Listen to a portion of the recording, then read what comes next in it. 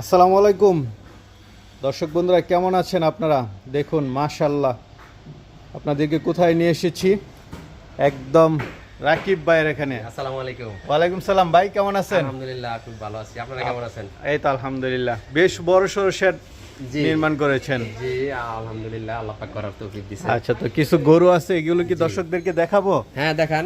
এই যে একটা দেখতে পাচ্ছি, এটা কেমন দুধের? এটা আপনার এখন বর্তমানে দুধ আছে 14 লিটার, সকাল বিকাল 14 লিটার, বীজ দেওয়া আছে 1 মাস প্লাস। এটা আপনার বাচ্চা হয়েছে 4 মাস বয়স, বাচ্চা সেল করে দিয়েছি আমরা। আচ্ছা, কেমন দাম পড়বে এটা? এটা 1,95,000 টাকা। 1,95,000। এটা সব বাচ্চা সহ? এটা দেখতে বাচ্চা পাচ্ছি। সহ, এটা মেয়ে বাচ্চা।